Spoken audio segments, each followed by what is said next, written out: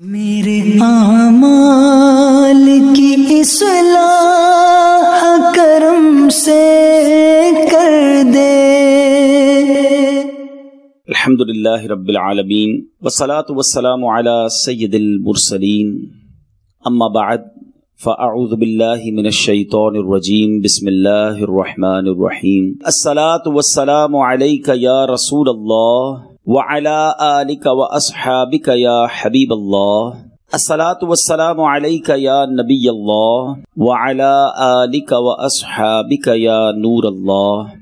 درود پاک کے بہت سارے فضائل ہیں، بڑے واقعات، بڑی احادیث فضائل درود میں ملتی ہیں۔ ایک بڑا ہی ایمان افروز واقعہ، درود پاک کی بڑی مشہور و معروف کتاب ہے فضائل پر آب کوثر، اس میں بھی یہ واقعہ موجود ہے۔ ایک شخص جو ہے وہ مقروض تھا اپنے دوست کا، اس نے اس کے 3000 درہم جو ہے وہ واپس لوٹانے تھے۔ اس دوست نے پہلے تو بڑی کوشش کی پیسے مل جائیں، مگر وہ پیسے نہیں ملے۔ آخر کار اس دوست نے اپنے دوسرے دوست پر مقدمہ کر دیا۔ عدالت میں معاملہ گیا، جج نے کہا کہ پیسے لوٹاؤ، اس نے کہا صاحب میرے پاس پیسے نہیں ہیں، کاروبار تباہ ہو گیا ہے۔ کہا ٹھیک ہے، پھر 1 مہینے کے اندر لوٹا دو ورنہ پھر تمہیں جیل ہو جائے گی۔ وہ سوچنے لگا کہ میرے پاس تو کوئی ذریعہ ہی نہیں ہے، کہاں سے پیسے لوٹاؤں گا؟ تو اس نے کتابوں میں لکھا ہے کہ ہو سکتا ہے وہ حدیث پڑھی ہو یا سنی ہو، یہاں بھی ہو سکتا ہے میرا کوئی بھائی قرضے میں ہو، مصیبت میں ہو۔ نبی پاک صلی اللہ علیہ وسلم کا فرمان ہے، آقا فرماتے ہیں کہ جو شخص مصیبت یا پریشانی میں ہو، حدیث پاک کا مضمون ہے، جو مصیبت یا پریشانی میں ہو اسے چاہیے کہ مجھ پر کثرت سے درود پڑھے، کہ مجھ پر درود پاک پڑھنا مصیبتوں اور پریشانیوں کو لے جاتا ہے۔ تو اس نے کیا سوچا کہ اب پیسے تو آنے نہیں ہیں، پھر کیا کروں؟ پھر طریقہ یہ ہے کہ میں روز درود پاک پڑھنے لگ جاتا ہوں۔ اب اس نے کیا کیا، روزانہ درود پاک پڑھنا شروع کیا۔ 27 دن گزر گئے، مسلسل درود پاک پڑھتا رہا۔ 28ویں رات آ گئی، اور جب رات آئی نا تو اس نے خواب میں دیکھا کہ کوئی کہنے والا کہہ رہا ہے گھبراؤ نہیں، تمہارا کام ہو جائے گا، تمہارا قرضہ ادا ہو جائے گا۔ وہ سوچنے لگا کہ امید ہے کوئی صورت بن جائے گی۔ اگلے دن رات نبی پاک کی خواب میں زیارت نصیب ہوئی۔ آقا علیہ الصلوۃ والسلام نے فرمایا گھبراؤ نہیں، علی بن عیسیٰ وزیر کے پاس جاؤ، اسے کہو وہ تمہارا قرض ادا کر دے گا۔ صبح اٹھا تو بہت خوش تھا، لیکن پھر اس نے سوچا کہ میں وزیر کے پاس جاؤں گا، وزیر نے اگر کوئی نشانی طلب کی تو میں کیا نشانی بتاؤں گا، کیسے بتاؤں گا کہ مجھے نبی پاک نے بھیجا ہے۔ اب کیا ہوا، آخری رات آ گئی، صبح عدالت میں بھی جانا ہے۔ پھر نبی پاک علیہ السلام خواب میں آئے، آقا نے فرمایا علی بن عیسیٰ وزیر کے پاس جاؤ، وہ تمہارا قرض ادا کر دے گا۔ کہا حضور چلا تو جاؤں، لیکن اگر اس نے مجھ سے کوئی نشانی مانگ لی تو میں کیا نشانی پیش کروں گا کہ تمہیں نبی پاک نے بھیجا ہے؟ تو نبی پاک نے فرمایا اس وزیر کو یہ کہنا، نشانی یہ ہے کہ تم روزانہ صبح 5000 مرتبہ درود پڑھتے ہو، اور جب تک تمہارے 5000 درود پورے نہیں ہوتے تم کسی سے بات بھی نہیں کرتے ہو۔ یہ نشانی اسے بتا دینا۔ یہ دیوانہ عدالت جانے سے پہلے صبح صبح وزیر صاحب کے دربار میں پہنچ گیا۔ وزیر صاحب کو پیغام بھجوایا کہ مجھے آپ سے کچھ بات کرنی ہے، پیغام لایا ہوں۔ اندر سے بندہ آیا، پوچھو کس کا پیغام لائے ہو؟ وہ بندہ کہتا ہے میں نبی پاک علیہ السلام کا پیغام لایا۔ کمرے میں جانے کے بعد وزیر نے کہا بتاؤ کیا پیغام ہے؟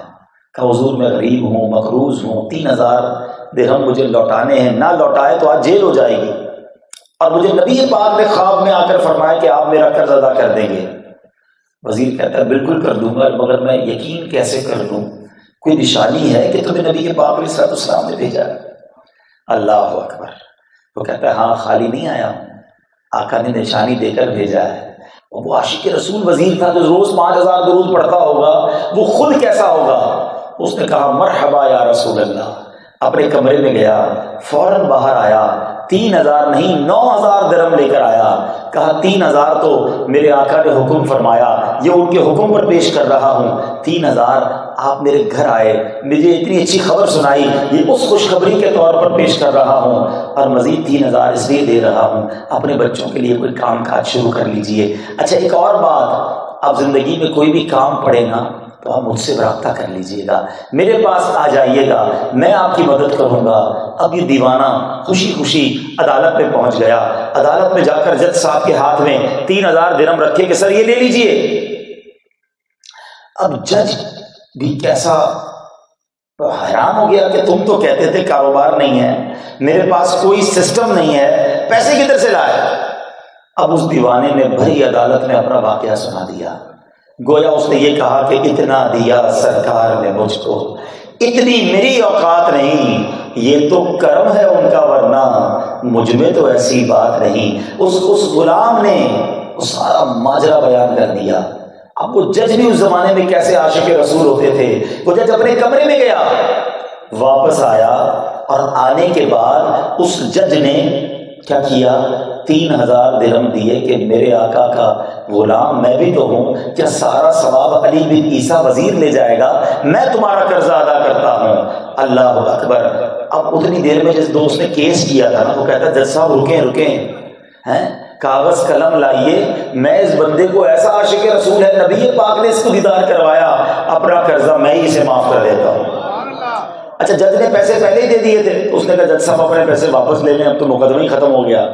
وہ کہتا ہے نہیں، جو پیسے نبی کے نام پر نکال دیے وہ واپس نہیں لینے، یہ بھی تم ہی لے جاؤ۔ اب وہ بندہ جو ایک رات پہلے 3000 درہم کا مقروض ہے، اب 12000 درہم لے کر گھر کو جا رہا ہے۔ میرے پیارے اسلامی بھائیوں، سیکھنے کو کیا ملا؟ دکھوں نے تم کو جو گھیرا ہو تو درود پڑھو، دکھوں نے تم کو جو گھیرا ہو تو درود پڑھو، جو حاضری کی تمنا ہو تو درود پڑھو۔ اللہ کرے کہ ہم درود پاک کی کثرت کریں۔ کوئی بیماری کے لیے دعا کے لیے کہتا ہے، کوئی قرضے کے لیے دعا کے لیے کہتا ہے، کوئی کس پرابلم کے لیے پریشان ہے۔ پریشانیاں زندگی میں آتی رہیں گی، اور لیکن درود پاک یہ ایک ایسا وظیفہ ہے، اگر ہم اس کو کثرت سے پڑھیں تو انشاءاللہ آپ کے بہت سارے غم آپ خود دور ہوتے ہوئے دیکھیں گے۔ تو آئیے مل کر محبت کے ساتھ بآواز بلند درود پاک پڑھ لیں۔ صلو علی الحبیب صلی اللہ تعالی علی محمد صلی اللہ علیہ وسلم۔